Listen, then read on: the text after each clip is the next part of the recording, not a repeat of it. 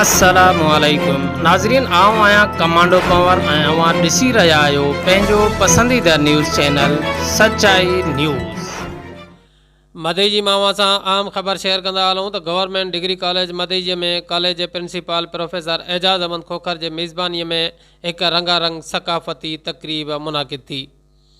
हिन तक़रीब में कॉलेज जे शागिर्दनि, उस्तादनि ऐं शागिर्दनि जे वालिदैन समेत शहर जे मुअज़्ज़ज़ीन वॾे तइदाद में शिरकत कई।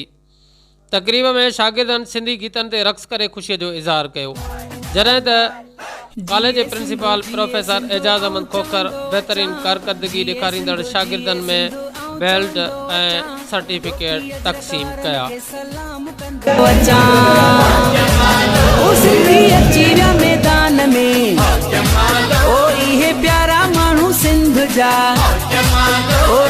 टोपी अजरक वारा थई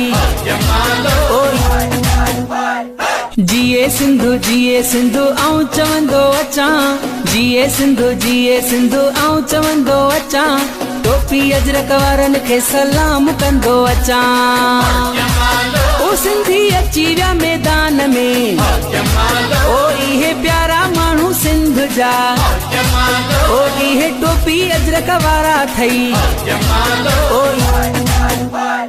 जिए सिंधु आऊं चवंदो अचां, जिए सिंधु आऊं चवंदो अचां, टोपी अजरक वारनि खे सलाम कंदो अचां। ओ सिंधी अची विया मैदान में, ओ इहे प्यारा माण्हू सिंध जा, ओ इहे टोपी अजरक वारा थई जिए सिंधु। नाज़रीन, मज़ीद खबरें और अपडेट्स के लिए देखते रहिए सच्चाई न्यूज़। आप हमारी खबरें किसी भी वक्त यूट्यूब, ट्विटर और फेसबुक पेज पर सच्चाई न्यूज़ स्पेल है SACHAI स्पेस NEWS लिखने के बाद सर्च करके देख सकते हैं।